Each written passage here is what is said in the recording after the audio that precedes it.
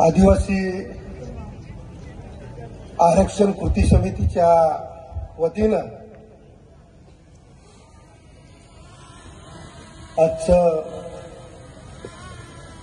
पालघर येथे हे जिल्हाधिकाऱ्यावर एक हजारोंच्या संख्येने माझे आदिवासी जमलेले आहेत आणि माझ्याबरोबर आज खऱ्या अर्थाने त्यांनी 5 तारखेला जी मीटिंग झाली त्याच्यात सक्रिय सहभाग घेतला। ते पालघर लोकसभेचे खासदार माननीय हेमंतजी सवरासाहेब, पालघरचे आमदार आणि राज्यमंत्री आदरणीय राजेंद्रजी गावित साहेब, विक्रमगडचे आमदार माननीय हरिचंद्र भोयेजी, माजी खासदार माननीय बळीरामजी जाधव साहेब, मंचावर असलेले सर्व तमाम आदिवासी संघटनांचे अध्यक्ष, लोकप्रतिनिधी आणि इथे हजारोंच्या संख्येने उपस्थित असलेले माझे आदिवासी बांधव आणि भगिनींनो, हा विषय संपूर्ण महाराष्ट्रामध्ये बंजारांच्या अनेक राज्यांमध्ये, कानाकोपऱ्यामध्ये, जिल्ह्यांमध्ये आंदोलन होत आहेत, मोर्चे निघत आहेत आणि त्या दृष्टिकोनातून आम्ही सर्व लोकप्रतिनिधींनी एक असं ठरवलं की प्रत्येक जिल्ह्यामध्ये महाराष्ट्रातले सर्व आदिवासी लोकप्रतिनिधी त्याच्यामध्ये सर्व समाविष्ट आहेत। त्यांनी सर्वांनी असं ठरवलं की प्रत्येक जिल्ह्यामध्ये एक मोर्चा हा भव्य आदिवासी समाजाचा निघाला पाहिजे। ह्या दृष्टिकोनातून आपण सर्व ठरवलं। हे ठरवत असताना महाराष्ट्राच्या कानाकोपऱ्यातून अनेक आदिवासी समाजाचे मोर्चे प्रत्येक जिल्हाधिकारी कार्यालयावर निघाले, परंतु ह्या मंचावर येत असलेल्या सर्व जिल्ह्यातील लोकप्रतिनिधी, सर्व आदिवासी संघटना, त्या खऱ्या अर्थानं माझे सर्व आदिवासी बांधव आणि माझ्या आदिवासी बांधवांनी या महाराष्ट्रात एक विक्रमी मोर्चा या पालघर जिल्ह्यामध्ये काढला। त्याच्यामध्ये सर्वप्रथम आपल्या समोर मी नतमस्तक होतो, कारण की हा जो मेसेज आहे हा जिल्ह्याला नाही, हा मेसेज महाराष्ट्र सरकार आणि केंद्र सरकारला गेलेला आहे की आदिवासी सुद्धा आता झोपले नाही, जागा झालेले आहे। ही खरी आज आपली ताकद आपण दाखवलेली आहे। मित्रांनो, अनेक ठिकाणी सरकारवर प्रेशर करण्याचा, दबाव टाकण्याचं काम धनगर समाज असेल किंवा बंजारा समाज असेल यांनी केलेलं आहे, परंतु त्याला तोडीस तोड उत्तर देण्याचं काम खऱ्या अर्थाने माझ्या बांधवांचं सुद्धा आहे। आणि तुम्ही आज त्यांचे 500,000चे मोर्चे निघते, तर माझ्या आदिवासी बांधवांच्या 35 ते 40 हजाराचा मोर्चा इथे निघालेला आहे। ही खरी तुमची ताकद तुम्ही दाखवलेली आहे।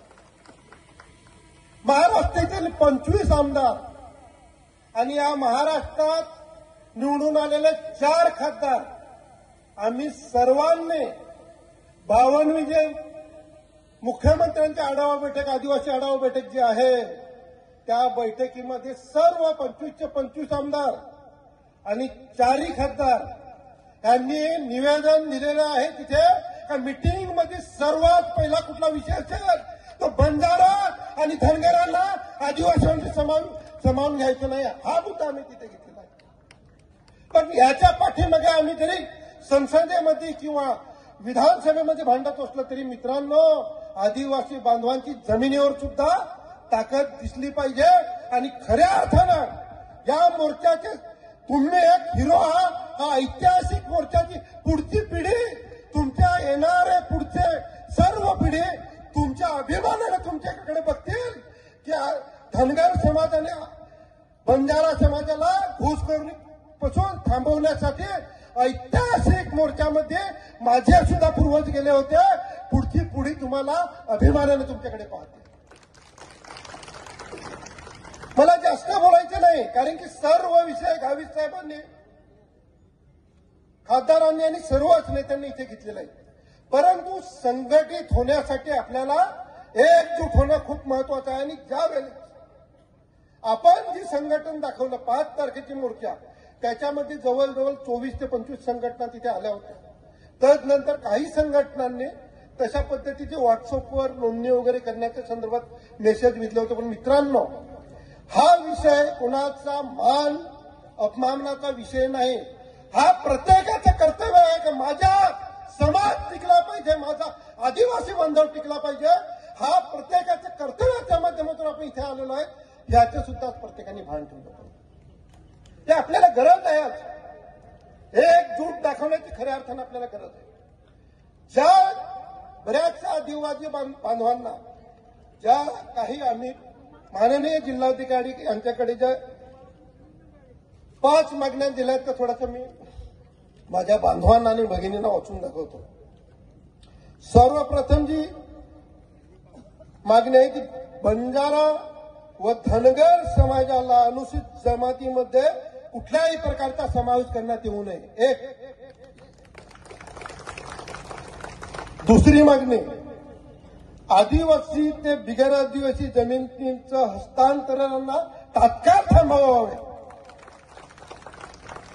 तिसरी मागणी, बोगस आदिवासींना मिळालेल्या अनुसूचित जमातीचं वैधता प्रमाणपत्र त्वरित रद्द करण्यात यावं अशी सुद्धा आपण मागणी केलेली आहे.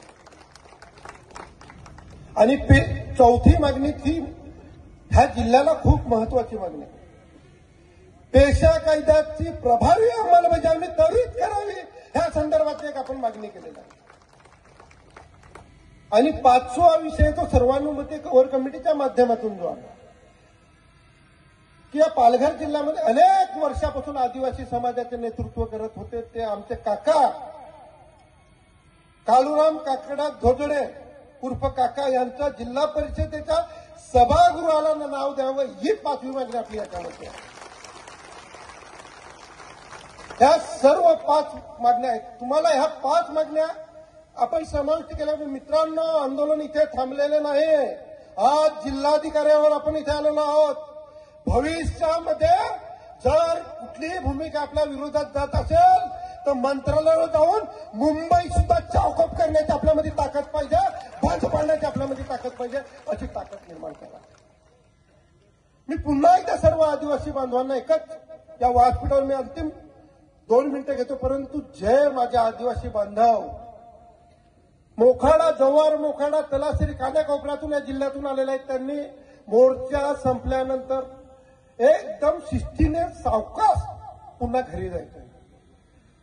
सावकाश ओटक न करताना प्रत्येकाने प्रोटोकॉल पाहून जी सिस्टीम असेल, कुणालाही ओटक. छोटी भगिनी आपल्या आलेल्या आहेत, बांधव आलेले आहेत, तरुण विद्यार्थी आपल्या इथे आलेले आहेत, बुजुर्ग सिनियर सिटीजन इथे आलेले आहेत. कुणी फास्ट जायचं नाही, सावकाश जाऊन. कारण की प्रत्येक आदिवासी बांधवांचं जीवनाचं मला महत्व आहे. त्याच्यासाठी मी आपल्याला सर्वांना ग्वाही देतो की सावकाश करवण्याचा. आणि या मंचाच्या माध्यमातून आपल्याला अध्यक्ष शेवटचं मी एक सांगतो की जेव्हा जेव्हा आदिवासी समाजावर घात येईल तेव्हा अध्यक्ष आणि सर्व लोकप्रतिनिधी वेळ आली तर आम्ही राजीनामे सुद्धा फेकून देण्यासाठी मागे पुढे पडणार नाही. हे सुद्धा आपल्या माध्यमातून आपल्याला सांगतो. मी आज सर्व आदिवासी बांधवांना एकच सांगेन की आज या मोठ्या विक्रमी मोर्चाच्या माध्यमातून आपला आला तर खऱ्या अर्थाने मी पुन्हा एकदा आपला आभार मानतो आणि नतमस्तक होऊन मी माझे 2 शब्द संपवतो. जय आदिवासी.